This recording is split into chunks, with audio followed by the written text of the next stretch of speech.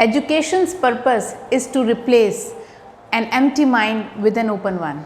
इसका मतलब शिक्षा का उद्देश्य ही यही है कि एक खाली दिमाग से एक खुले दिमाग को क्या करें, बदला जा सके। मतलब एक खाली दिमाग में शिक्षा भरी जाए तो वो खुले दिमाग मतलब ओपन माइंडेड, बहुत सारे तरह की उसके माइंड ओपन हो जाएगा ना, तो वो हर तरह की फील्ड में हर तरह की सिचुएशन में सोच के उसको संभालने की क्षमता रखता है। ठीक है, with this line your honey ma'am, welcome back to my channel and I am going to tell and talk something about the topic understanding quadrilaterals which is of class 8 chapter 3। Quadrilaterals को करने से पहले मैं उस पर छोटा सा light डालूंगी आपके बेसिक कॉन्सेप्ट्स पे। और बेसिक कॉन्सेप्ट्स आते हैं कि पॉलीगॉन्स होते क्या हैं। शेप्स हम समझते हैं कि ये रेक्टेंगल है, स्क्वायर है, ट्रायंगल है, सर्कल है, क्यूब है, क्यूबॉइड है, हमको सब पता रहता है। 8 तक हम आते आते हमको ये सब नॉलेज होती है।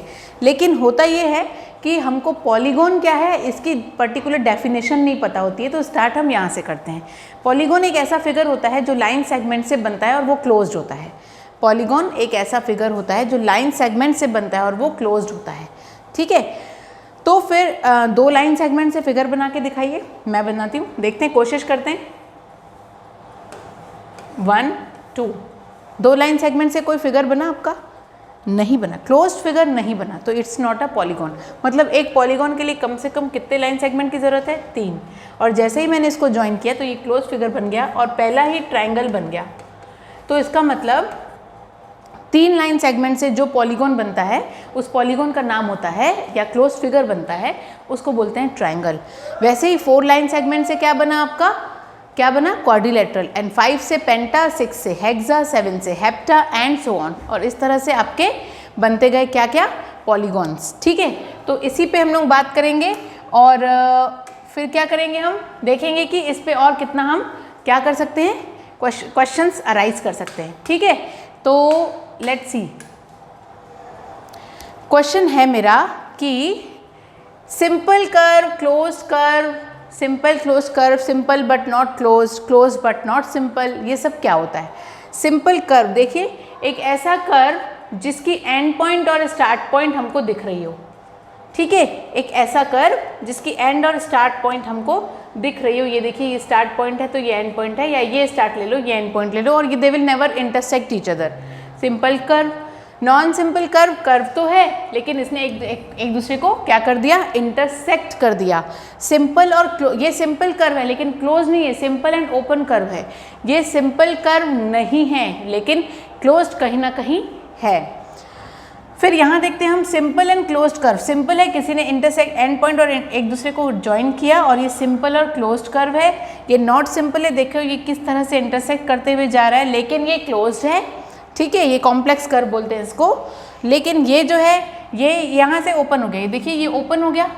ये भी देखिए not simple not closed, not simple not close. एक तो इसने एक दूसरे को कैंसिल भी कर दिया और ऊपर से इसके दोनों एंड पॉइंट्स और स्टार्ट पॉइंट्स ज्वाइन भी नहीं है एक साथ। इसको भी आप यही बोलोगे, लेकिन अगर ये ऐसा हो गया तो इसको नॉन सिंपल बट क्लोज्ड बोलोगे। लेकिन क्योंकि ये ऐसा नहीं है तो it's not a simple nor closed. तो ये दोनों ही सेम है। यहाँ पे सिंपल तो है, एंड पॉइंट और स्टार्ट पॉइंट इसका दिख रहा है, लेकिन ये क्लोज्ड नहीं है। तो इस तरह से हमने ये डिफरेंट टाइप्स के कर्व्स देखे जो आपके क्वेश्चन में 1 मार्क में बिल्कुल पूछ सकता है। अब आते हैं इस टाइप के क्वेश्चंस में। ये कर्व जो एक दूसरे को इंटरसेक्ट करते ही नहीं है, जो कर्व एक दूसरे को इंटरसेक्ट नहीं करते हैं वही सिंपल कर्व होते हैं। ठीक है, जो एक दूसरे को इंटरसेक्ट मतलब कुछ इस तरह से, वो क्या होते हैं? सिंपल कर्व होते हैं। ठीक, अब इसके बहुत सारे एग्जांपल्स यहाँ पे हैं, गिवन है। ठीक, अब यहाँ देखो, a curve which is set to be closed, a curve जो क्लोज तो है लेकिन if it has no starting or ending point, ना इसकी स्टार्ट पॉइंट दिख रहा हो ना इसका एंड पॉइंट दिख रहा हो, तो ऐसे को बोलते हैं क्लोज्ड कर्व्स। इसका स्टार्ट और एंड पॉइंट आपको नहीं दिख रहा होगा, देखिए इसका स्टार्ट और एंड पॉइंट आप बता ही नहीं सकेंगे किसका स्टार्ट है, कौन सा स्टार्ट है और कौन सा एंड है। तो ये सारे कर्व होते हैं, ये होते हैं क्लोज्ड कर्व ऐसे। ठीक है, अब जिसमें सिंपल भी है, क्लोज्ड भी है और सिंपल नहीं है, वो कुछ इस तरह से मैंने बता दिए। ठीक है, सिंपल नहीं है लेकिन क्लोज्ड है, सिंपल भी नहीं है क्लोज भी नहीं है, सिंपल है लेकिन क्लोज नहीं है, सिंपल और क्लोज दोनों हैं। तो ये तरह के हमने कितने कर्व्स पढ़ लिए।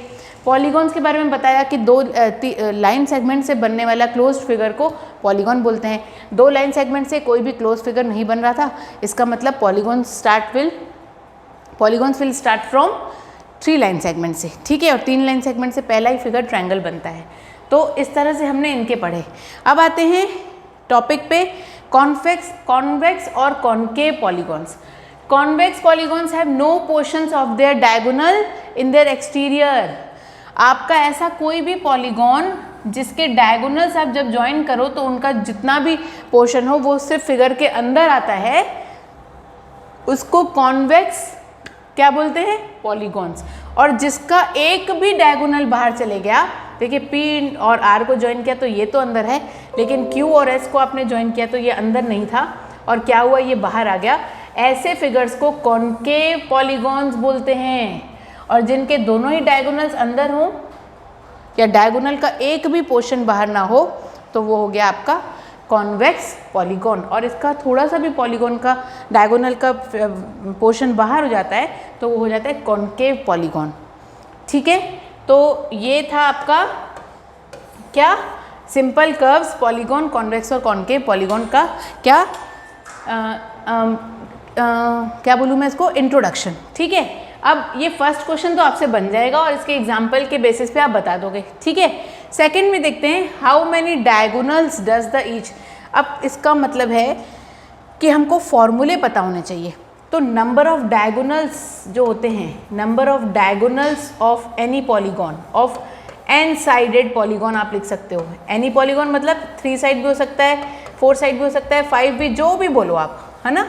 इस पॉलीगॉन का क्या है, n साइड है मान लो, तो उसका फॉर्मूला क्या होता है, n इंटू n-3/2, मतलब नंबर ऑफ साइड्स फिर नंबर ऑफ साइड्स -3/2, ये होगा आपका इसका क्या, सॉल्यूशन। अब देखते हैं, ये तो फॉर्मूला है सिंपल सा, it's a simple formula.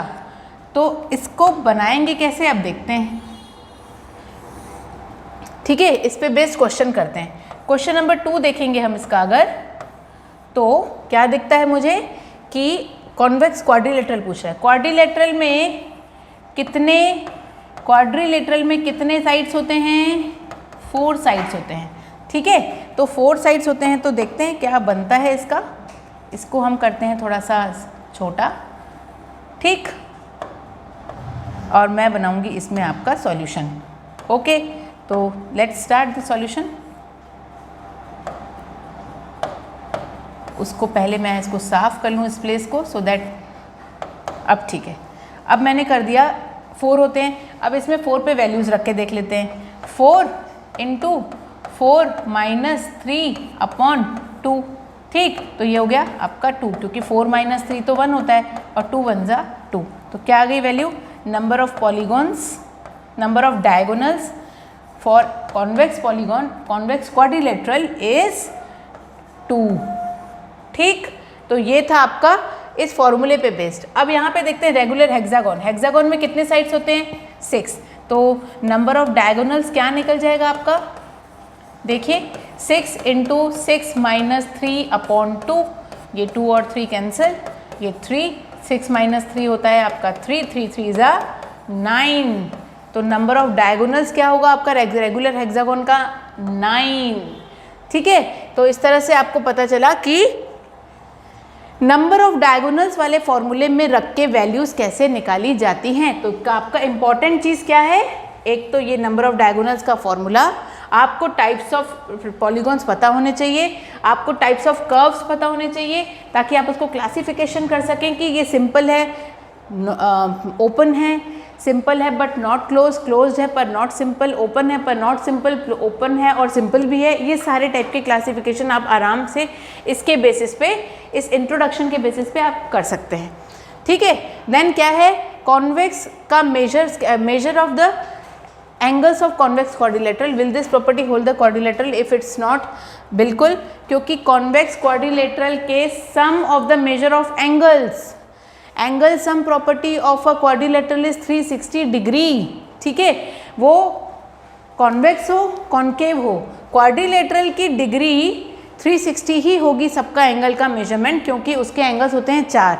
Triangle जैसे किसी भी तरह का होता है तो ऑल एंगल का सम सिर्फ 180 ही होगा, चाहे वो स्केलिन हो, इक्विलेटरल हो, राइट एंगल हो, आइसोसेलेस हो और कोई भी तरह का हो, ठीक है। ऑब्ट्यूज एंगल ट्रायंगल हो, एक्यूट एंगल ट्रायंगल हो, ट्रायंगल है ना तो एंगल सम प्रॉपर्टी 180 ही होगी। उसी तरह से क्वाड्रिलेटरल किसी भी शेप का हो, चाहे वो पैरेललोग्राम हो, काइट हो, ट्रेपेजियम हो, क्या बोलूँ मैं, स्क्वायर हो, रेक्टेंगल हो, ठीक, कि कोई भी शेप का क्वाड्रिलेटरल हो, अगर उसके 4 एंगल्स और 4 साइड्स दिखते हैं आपको फिगर में तो उसका सम एग्जैक्टली 360 डिग्री ही होगा। तो ये था आपका यहाँ तक का। नेक्स्ट देखते हैं अब क्या क्वेश्चन है। What do you say about the angle sum of convex polygon with the number of sides. चलिए, नंबर ऑफ साइड्स आपको दिया हुआ है कॉन्वेक्स, अब मतलब कि sum of interior angles of N sided polygon. अब मैं यहाँ पे बता रही हूँ आपको दूसरा फॉर्मूला, ठीक है, और वो फॉर्मूला है n-2 इंटू 180 डिग्री और 2n-4 इंटू 90 डिग्री। इन दोनों में से आप कोई भी फॉर्मूला लगा सकते हैं, ठीक। मतलब ये फॉर्मूला नंबर आ गया आपके पास 2। अब इस पे क्वेश्चन करते हैं, ठीक। क्वेश्चन देखिए कैसे बनते हैं। क्या बोला उसने, sum angle of convex polygon, convex polygon के सम एंगल की क्या होगा मेजरमेंट। तो अगर n = 7 है आपके पास, मतलब जहाँ भी n लिखा है वो 7 है, मतलब number of sides of a polygon is 7 and it means it is a heptagon, ठीक है।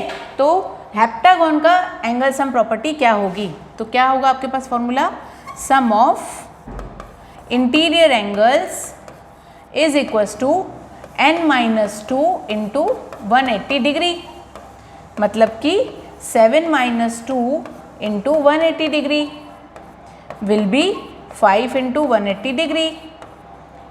क्या हुआ आपका 900 डिग्री टोटल आपका आंसर है। किसका, हेप्टागॉन के ऑल एंगल्स का, ठीक। 900 डिग्री इसका टोटल सम है। ओके, नेक्स्ट क्वेश्चन करते हैं। अगर आता है बी में क्या दिया हुआ है, n = 8। इसका मतलब इसी फॉर्मूले में वैल्यू रख देते हैं। क्या है, sum of all interior angles of 8 sided polygon. इसका मतलब 8 साइडेड पॉलीगॉन है तो वो क्या है, ब्रैकेट में है वो ऑक्टागॉन, ठीक है। और ऑक्टागॉन है तो क्या हुआ, रेगुलर है कि इरेगुलर है, इस पे नहीं जाते हम जाते हैं कि n साइडेड है कि 7 साइडेड है कि 6 साइडेड है। तो इसका क्या निकलेगा, 8-2 इंटू 180 डिग्री, ठीक, 6 into 180 degree will give you 481080 degree. Answer 1080 degree. ये सारे एंगल्स का सम जब आप करेंगे तो वो हो जाएगा 1080 डिग्री, ठीक है। तो इस तरह से आपका क्वेश्चन नंबर 4 भी डन रहा। ये था आपका क्वेश्चन नंबर 4। अब आ गया है what is a regular polygon. उस रेगुलर पॉलीगॉन का नाम क्या होगा अगर उसका 3 साइड्स होंगे तो। 3 साइड्स मतलब ये, और रेगुलर मतलब जिसके सारे साइड्स इक्वल होते हैं उसको बोलते हैं इक्विलेटरल ट्रायंगल। क्या बोलते हैं उसको, इक्विलेटरल ट्रायंगल, ठीक। 4 में क्या है, 4 के चारों साइड इक्वल होंगे, मतलब वो क्या हो गया आपका square, all sides all angles equal. 6 sides हैं और रेगुलर है तो क्या होगा, रेगुलर हेक्सागोन। तो इस तरह से आपको पता होना चाहिए कि 3 साइड को क्या बोलते हैं, 4 को, 5 को, 6 को, ऐसे करके 10 तक के आपको एटलीस्ट पता होना चाहिए। 3 साइड इक्विलेट नहीं ट्रायंगल, 4 साइड क्वाड्रिलेटरल। कैसा है वो आप देखोगे, रेगुलर है तो स्क्वायर ही होगा, इरेगुलर है तो फिर उसमें से कोई भी क्वाड्रिलेटरल हो सकता है, ठीक है। 5 पेंटा, 6 हेक्सा, 7 हेप्टा, 8 ऑक्टा, 9 नोना और 10 डेका। यहाँ तक आपको बिल्कुल याद होना चाहिए। क्वेश्चन नंबर 6 देखते हैं अब। क्वेश्चन नंबर 6 में फर्स्ट देख लेते हैं। आपके पास ये क्वाड्रिलेटरल है, उसका एंगल सम पूछ रहा है। Prove that angle sum property of quadrilateral is 360 degree, ऐसा प्रूफ भी आता है, ठीक है। तो ये हम करते हैं। 3 एंगल्स जब इस क्वाड्रिलेटरल के पता है हमको, कौन कौन से हैं, A, B, C और D, ठीक है। तो ये है आपका 120 डिग्री, यहाँ है आपका 130 डिग्री, ये है आपका 50 डिग्री और ये है आपका x। तो आपको लिखना कहाँ से, ये देख लीजिए आपको।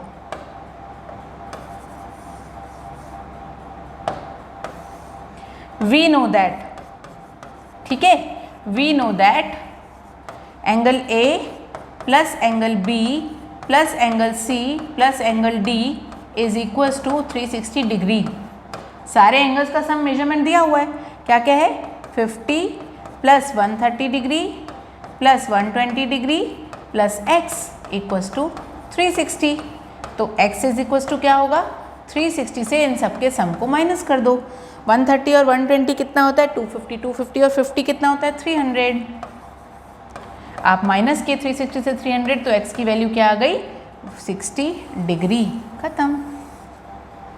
इसी तरह से बाकी भी होंगे सॉल्व। ये देख लीजिए, ये 90 है तो ये भी 90 है, और 90 प्लस 60 150 और 150 प्लस 70 220। 360 में से 220 आप माइनस कर दीजिए तो आपका आ गया 140। इसकी आंसर आ गया आपका 140 डिग्री। अब ये देखिए, ये सारे एंगल सेम है, मतलब x plus x plus x plus x कितने हो गए भैया, 5x हो गया, 5x। और एंगल सम प्रॉपर्टी, इसका एंगल नहीं पता है आपको, आपके पास ये फॉर्मूला है ना, देखिए 5 माइनस 3 इंटू 180 डिग्री कितना हुआ, 5 माइनस 2 है सॉरी, तो 3 इंटू 180 डिग्री, ये हो गया आपका 540 डिग्री। अब 540 डिग्री से 5x को इक्वेट करिए तो x इज इक्वल टू क्या आएगा, 540 अपॉन 5, कैंसिल हो गया, 108 डिग्री। एक एक एंगल की मेजरमेंट क्या आई, 108 डिग्री। ठीक है, अब इसको करते हैं, इस क्वेश्चन को। तो इस क्वेश्चन को करने के लिए मैं इसका फिगर बना लेती हूँ पहले। ये देखिए, ये क्वेश्चन आता ही है एग्जाम में, ठीक। यहाँ पे है आपका 30 डिग्री, ये है आपका x, ये है आपका x। एक तरफ होगा आपका 70 डिग्री तो दूसरी तरफ होगा आपका 60 डिग्री अगर, तो ये रहा आपका A, B, C, D और E। इसमें आपको निकालना है x की वैल्यू, ठीक है। तो अगर ये 70 है तो एंगल 1 निकल जाएगा, 70 वो नहीं, 70 बाहर है, ठीक। तो 70 आपका बाहर है और 60 भी आपका बाहर है, अंदर आपको पता ही नहीं है, उसी के लिए तो आप वर्क कर रहे हो। ये आपका 60 डिग्री है, ये एंगल 2, ये आपका 70 डिग्री है, ये आपका एंगल 1, ठीक है। तो अब जब तक इंटीरियर एंगल सब निकालना है तो एक्सटीरियर एंगल पता भी है तो हमको इंटीरियर पहले निकालना पड़ेगा। इंटीरियर प्लस एक्सटीरियर होता है 180 डिग्री, ठीक है। दिखा देती हूँ मैं आपको क्यों होता है ऐसा। इन दोनों का सम 180 होता है कि नहीं, यस मैम, लीनियर पेयर है ना, होता है। तो अगर ऐसा ही अगर किसी ने अंदर जाके इसका फिगर बना दिया तो ये एक्सटीरियर हो गया, ये इंटीरियर होगा, दोनों का sum is equal to 180 degree. इसका मतलब मैं आपको थर्ड वाला क्या बता रही हूँ formula, interior angle plus exterior angle is equal to 180 degree. तो exterior angle is equal to क्या होगा, exterior angle is equal to 180 minus interior angle, ठीक। और interior angle is equal to क्या होगा, एक इंटीरियर एंगल की बात कर रहे हैं, ठीक है, 180 माइनस एक्सटीरियर एंगल। ये ऐसा बन जाएगा, एक ही फॉर्मूले से आपने बना दिए इसके क्या पार्ट्स, ठीक। अब करते हैं इस क्वेश्चन को सॉल्व। तो इंटीरियर प्लस एक्सटीरियर मिला के क्या होता है, 180 डिग्री होता है। तो angle 1 plus 70 degree equals to 180 degree. आप यहाँ लिख सकते हो लीनियर पेयर, ठीक। तो एंगल 1 इज इक्वल्स टू हो जाएगा 110 क्योंकि ट्रांसपोज होगा, 180 से 70 माइनस होगा तो 110 आएगा। फिर एंगल 2 प्लस एंगल 60 डिग्री हो जाएगा ये 180 degree. The reason will be same and you will get your angle 2 as 180 minus 60 120 degree, ठीक। Okay, now you have pentagon 1 2 3 4 और ये 5। तो angle sum of all interior angles of figure क्या होगा, 540 just अभी अभी निकाला है हमने पीछे, ये देखिए अभी अभी हमने इसका एंगल सम निकाला है यहाँ पे 540, ये देखिए, ठीक है। उसी कॉन्सेप्ट को लेके हम आगे जाएंगे। ये 540 हो गया। अब मतलब कि आपके पास 30 प्लस, ऐसा नहीं लिखेंगे आप, बिल्कुल यहाँ लिखेंगे वी नो दैट, ठीक है। वी नो दैट, सारे एंगल्स के नेम मेंशन कर लो, angle A plus angle B plus angle C plus angle D plus angle E equals to 540 लिखिए आप, ठीक। एंगल ए 30 डिग्री है, बी एक्स है, सी आ गया है आपका 180 डिग्री, डी है आपके पास 180 क्यों, 110 होगा ना बेटा, 110, डी है आपके पास 120 और ई है आपके पास अगेन एक्स, ये हो गया 540, ठीक है। x प्लस एक्स आ गया आपका 2x को यहीं रहने देते हैं, बाकी सबके सम को ट्रांसपोज करेंगे और 540 से सब्ट्रैक्ट करेंगे। x प्लस 110 140 होता है, 140 और 120 140 और 120 260 होता है, ठीक। और 260 और ये कितना होगा, माइनस करके देख लेते हैं, 260 माइनस करते हैं 540 से, तो यहाँ आ जाएगा आपका 280 आंसर। तो 2x की वैल्यू है 280, तो x की वैल्यू क्या होगी 280 अपॉन 2, मतलब कि 140 डिग्री, ठीक है। तो x की वैल्यू आपकी निकल गई फॉर द गिवन फिगर, ये भी 140 और ये भी 140, आप सम करके देख सकते हो, 130 प्लस 140 प्लस 140 प्लस 110 प्लस 120 कितना हो रहा है आप देख लीजिए, आपका पूरा 540 आंसर आना ही आना है, ठीक है। सो ये था हमारा चेक जो हमने चेक किया अभी।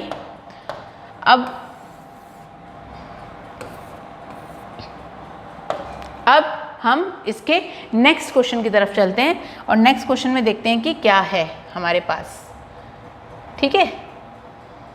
लेट्स सी, नेक्स्ट क्वेश्चन में है आपके पास कि x plus Y plus Z की वैल्यू क्या होगी।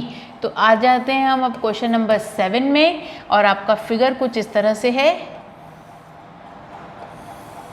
ठीक।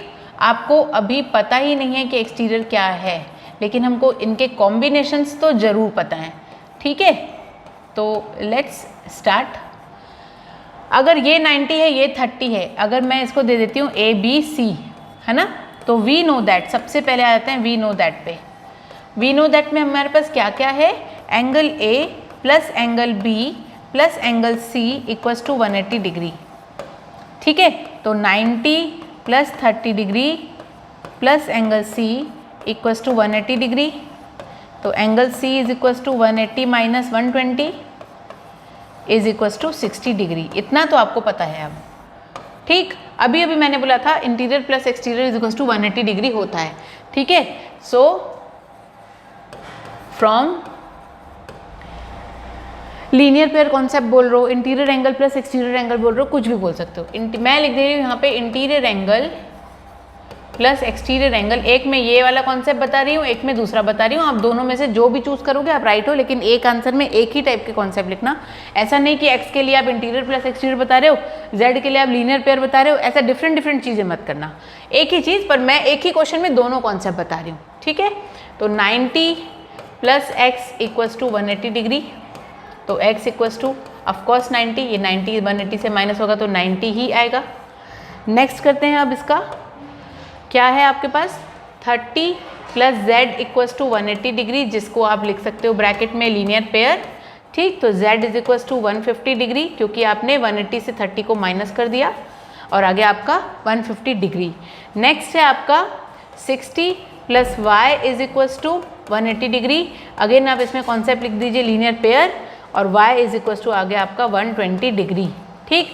अभी आपकी x y z की वैल्यू आ गई है, therefore x plus Y plus Z is equals to 90 plus 150 plus 120, क्या है आपके पास 90 प्लस 150 प्लस 120, 150 प्लस 120 270 होता है, और 270 प्लस 90 कितना होगा 360 डिग्री। तो मतलब आपके सारे एक्सटीरियर एंगल्स जितने भी थे उनका सम क्या आया, जितने भी एक्सटीरियर एंगल्स आपके पास थे, this one and that one, you have got 360 as it's sum. आगे हम ये देखने वाले हैं आगे के एक्सरसाइजेस में कि क्या सारे ही एक्सटीरियर एंगल का सम 360 डिग्री होता है, मतलब कोई भी अनसाइडेड पॉलीगॉन हो और सबका ही मेजरमेंट 360 डिग्री होता है, तो फिर बहुत ही अच्छे से हम उसको भी समझेंगे। अभी के लिए आपके पास आ जाते हैं किस वाली एक्सरसाइज में, एक्सरसाइज 3.1 आपका हो गया है पूरा डन। अब मैं आपके सामने मेरे नेक्स्ट वीडियो में 3.2 लेके आऊँगी, जिसके लिए आप बिल्कुल मेरे इस चैनल को फॉलो करेंगे, देखते रहिएगा और मेरे नेक्स्ट वीडियो का वेट करेगा। Till then bye bye, have a nice day, thank you.